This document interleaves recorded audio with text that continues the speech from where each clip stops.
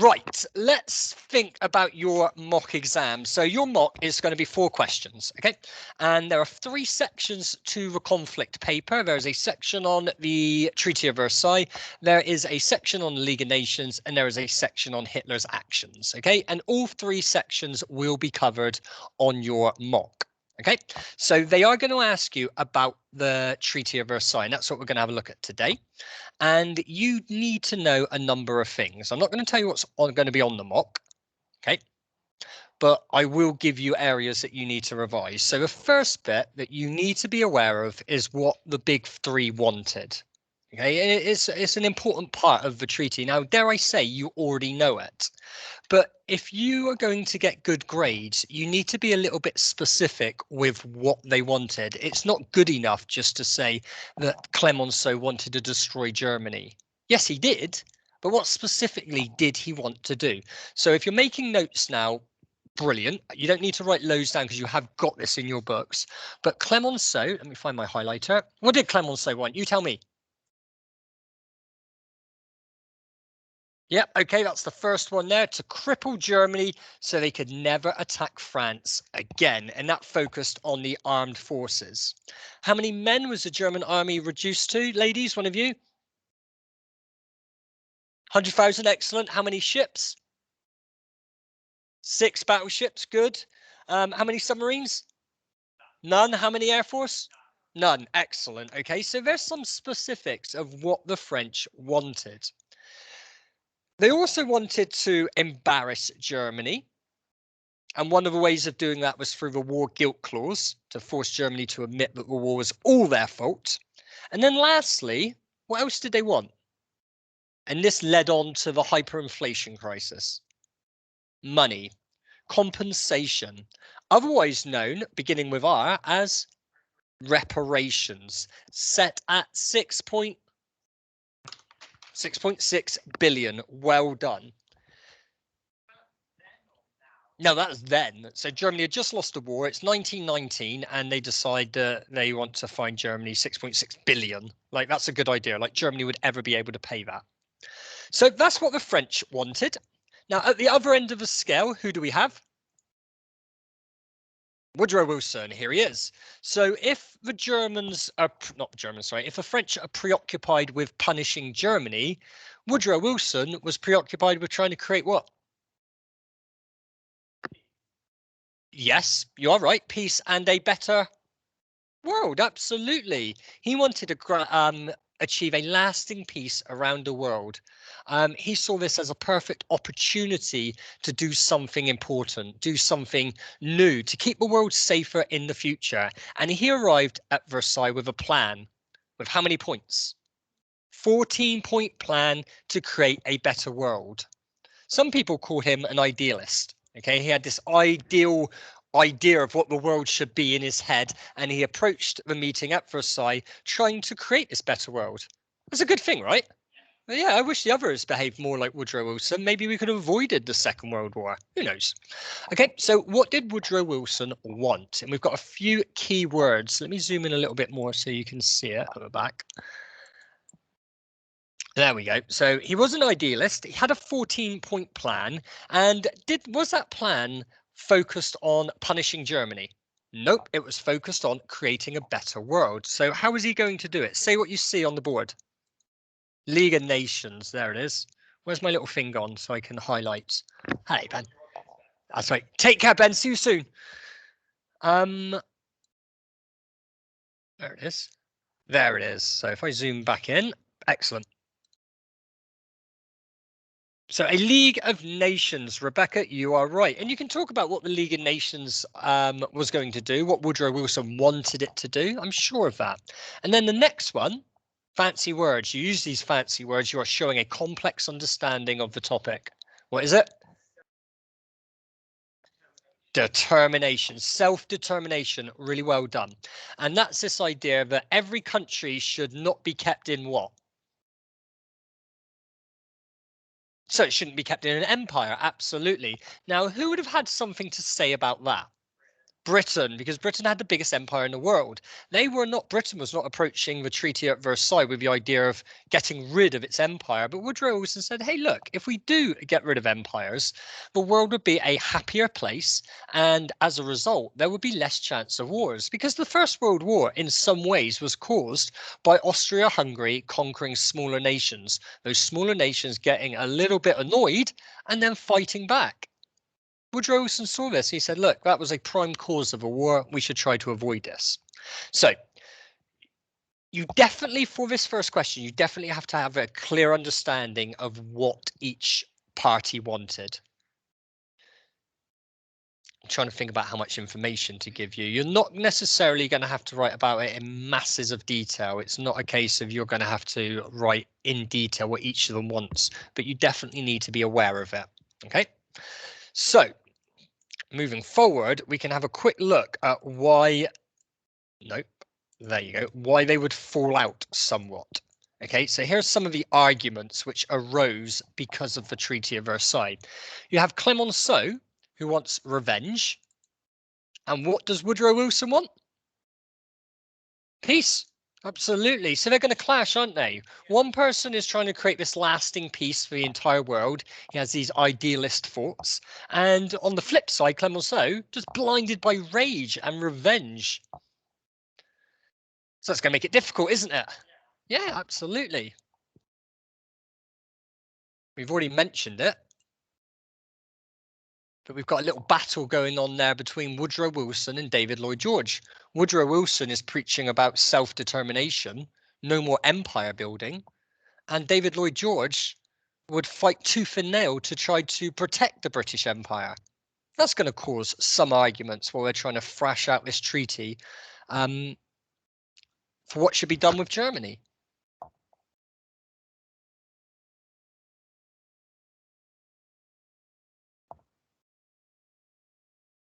Move over to the last one. There's another little battle there. Clemenceau wants huge reparations, 6.6 billion, whereas David Lloyd George realizes that Germany was important for British recovery. Britain is a trading nation. It relies upon Germany for a big part of its economic trade. And if Germany collapsed, Britain would suffer, and Britain wants to recover after World War I. So Britain would want a stable Germany to ensure that the British economy can recover after World War I. So stark contrasts in what each of them wanted.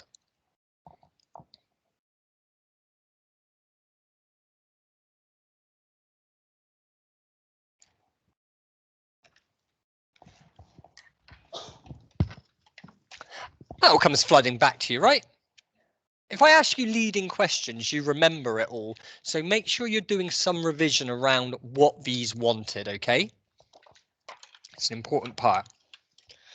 So next, let's move on briefly and have a quick look at the treaty itself. Now, I don't really like this example of the Treaty of Versailles. I much prefer the one that I gave you that you glued into your exercise book, because it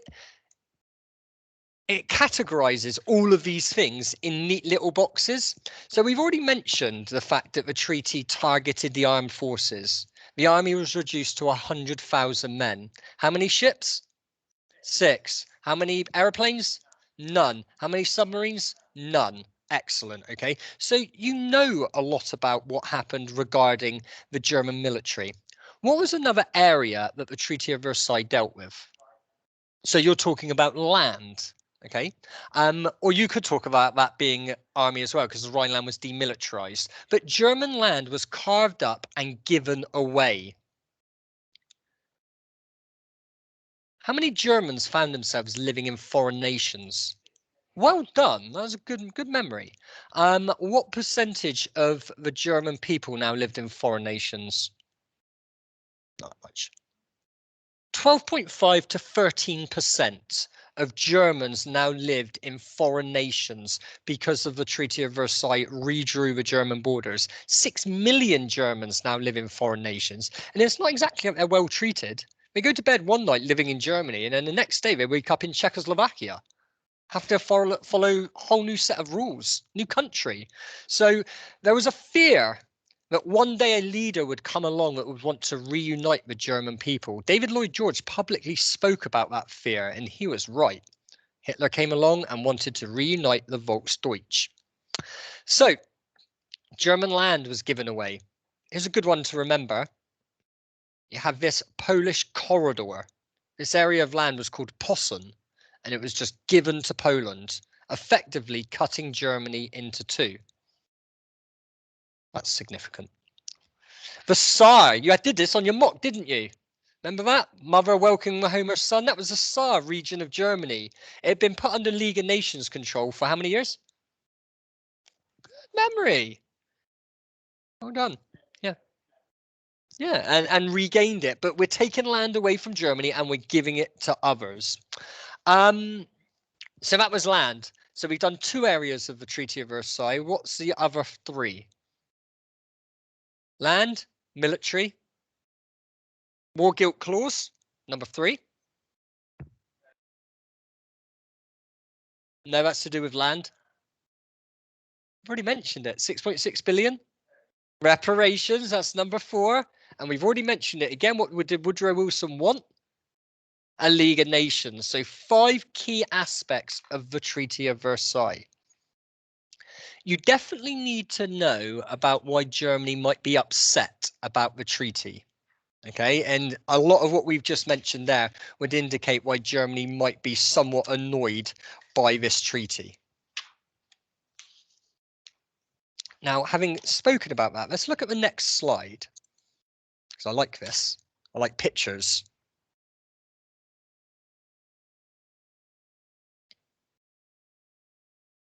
There we go. Look at that.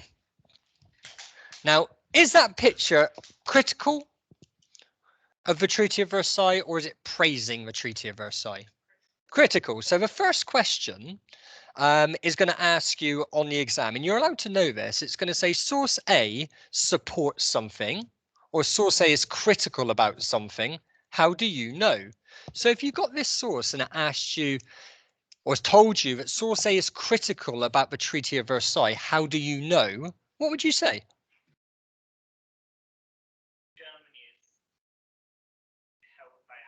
Excellent. So this man here, this cartoon character represents Germany. It's being squeezed by a hand. You're going to struggle to see it, but on the fingers, it's got the British Empire, France, America, Italy, Japan. These big powerhouses that emerged after World War One. What are they doing? Squeezing Germany. So what happens? Why are they squeezing Germany?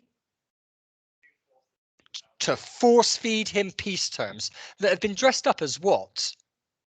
What is this? Why is it a spoon? What do you do? What do you put on this? Medicine, absolutely. So this is the medicine that is being forced down the German's throat. The medicine is being shown, or rather the peace terms are being shown as medicine. Germany, does it look like Germany wants to take the medicine? No, it's being squeezed by the big powers until it is forced down its throat. And then you've got a caption here that says, you've got to swallow it whether you like it or not. It was a diktat. A forced peace deal. Germany had nothing to say about it. And who is forcing the medicine, the peace terms, down Germany's throat? Can you see what it says there? It says big 4 pills. So it's the big 3 plus one more, the Italian president. So you've got Woodrow Wilson there, David Lloyd George, Clemenceau, and then the Italian president Orlando as well. And it's the big 3/4 forcing it down their throats. Oh, you've been in my pigeonhole, haven't you? Thank you. I saw that in there the other day.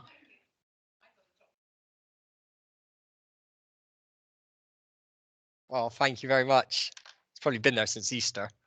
So make sure, because you're going to have to talk about sources like this. You are going to get a source, just like on your mock exam, that said source A supports the return of the Tsar to Germany. How do you know? You're going to get a question like that. It might be support. It might be source A is critical of the Versailles Treaty. How do you know? Go on.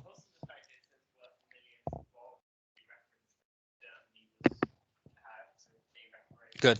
I think it is. Yeah, absolutely. I think that's a link to the money that had to be paid. Let's have another look at this one as well. We've done this one in class, haven't we? Source A is critical of the Source A is critical of Germany.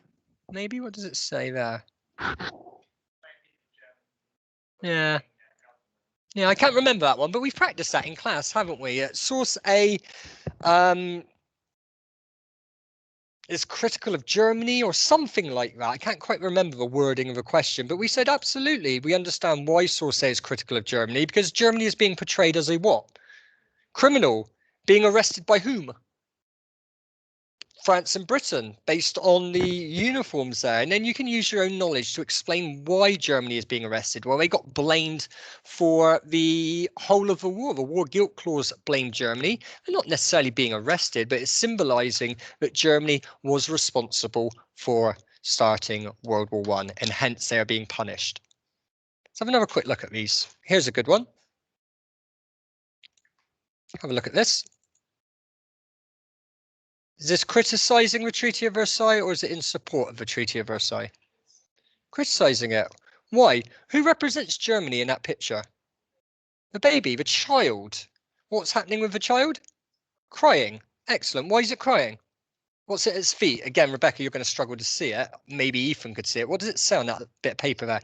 Peace treaty. So what does a peace treaty represent? It's not a trick question. No. No. Think, right, here are the big three and four in the background. They've just come out of the making the Treaty of Versailles, and there is a child crying. On the floor it says peace treaty, so that peace treaty, and I've already just said it, represents the Treaty of Versailles, absolutely. And it's indicating that the Treaty of Versailles is making this child cry that represents Germany. What is the significance of 1940 above it? What happens in 1939? Hitler, another war. So why have they put 1940 class above this child? This was signed, this cartoon was made in 1919.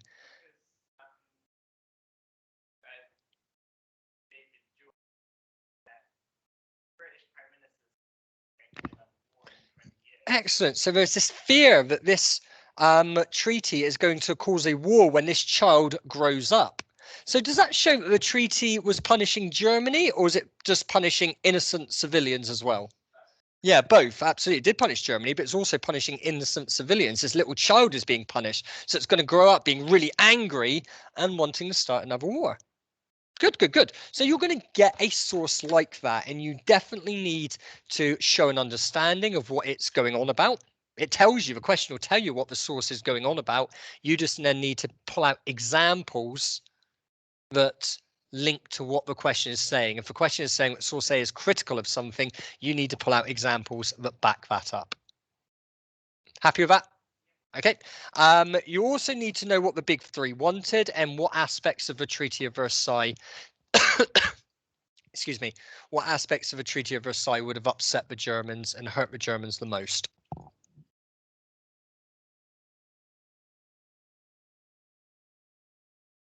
So, really briefly, you also need to know a little bit about how Germany was affected by the treaty.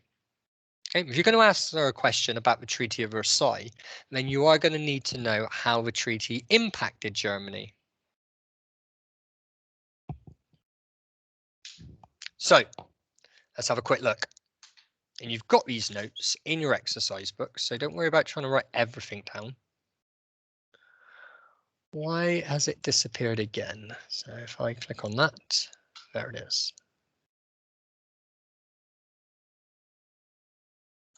So as a result of the treaty, who loses his job? Actually, before the treaty, who loses his job? The king, the Kaiser, absolutely. Kaiser is gone, which leads to then what? What do people then try to do in Germany? Overthrow, take control. So immediately after all, we got violence and bloodshed on the streets of Germany. And then the treaty is signed and we get the creation of a new democratic government. Celebrate that, right? Democratic government, it's cause for celebration. But actually, Germany had never had a democratic government. This new democratic government was forced upon Germany and it was incredibly weak. It was not able to solve the problems that Germany was experiencing after World War I. So in response to the Weimar government, we have more revolts. Another armed overthrow of the government. Doesn't work, but it shows the chaos in Germany immediately after World War One.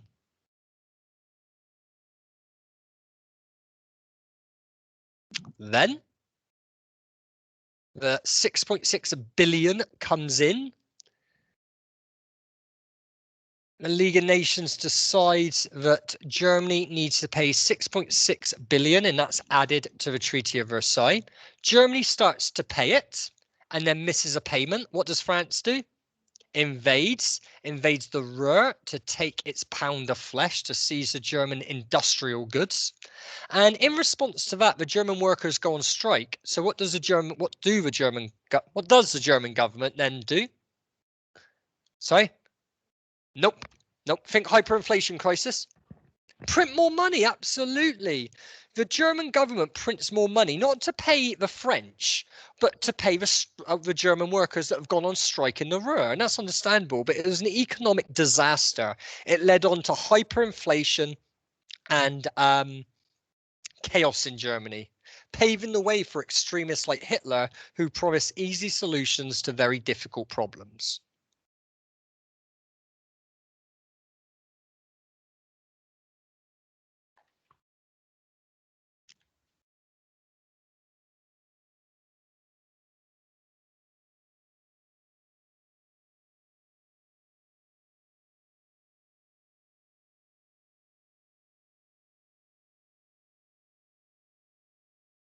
Happy with that? I'm going to scroll up a little bit, because there's a few more things here that, if you remember, you could use to show off how unbelievably harsh the Treaty of Versailles was on Germany. You know, we just looked at that source of a little child crying. Is that an accurate representation of what was about to happen to Germany? Yeah, 100%. When we look at what actually happened to Germany because of a treaty, that little child had every right to cry, worrying about Germany in the future. These developments, as they were, they're not just punishing the German government for starting World War One, they are punishing the German people as well. And that is very, very unfair. So Germany lost. Now we'll start with that. They reckoned 3.25, nearly 3.25. No, let me start again. They felt that nearly 750,000 people starved to death because of the Treaty of Versailles. How accurate is that? We don't know. It was a number released by the German Economic Commission, and it might be real, it might not be. But we definitely know people starved to death in Germany because of a treaty. Germany lost 16% of its coal production and 48% of its steel production. That's a massive impact on the German economy. Bear in mind, it's trying to recover after losing World War One. It cannot lose these things and still recover. It lost 13% of its land. Nearly 6 million Germans now found themselves living in foreign countries. So again, the people of Germany have a right to be fearful of this. That little child in the source crying, well, it's crying over what is going to happen in Germany in the future. Well, Germany went into meltdown in the future. We had every right to cry about the Treaty of Versailles. Do you think people could have foreseen what was going to happen? They should have, shouldn't they? But do you think they really felt that it was going to cause Germany to collapse? Because if it did, why did they write it? Why did they sign it? They must have believed that deep down that this treaty was fair and it was something that would successfully keep peace in the future. Otherwise, what's the point in signing it? But I don't think they did either, Ethan. I think there was a lot of pressure on them to get things done quickly, and maybe they didn't take enough time and care to consider the possible implications for Germany. Because when we look at what happened to Germany, is it any wonder that another world war started? Is it any wonder that the German people felt hard done by the Treaty of Versailles? So when Hitler came along and said, no, that treaty's rubbish, I'm going to ignore it, people voted for him en masse because of what they've experienced because of a treaty. So some of what happens to Germany you need to know about.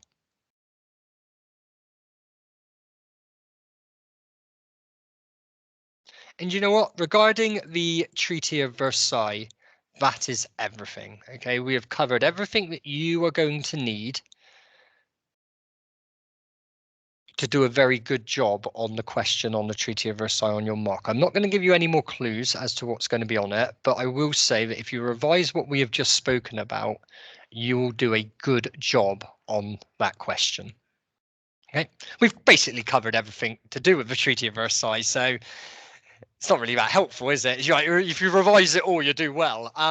But specifically what we've spoken about this afternoon, if you revise that, that will be good. So I'm going to stop this and I will upload it to YouTube in a moment. You're recording. I know I'm recording. If I stop recording,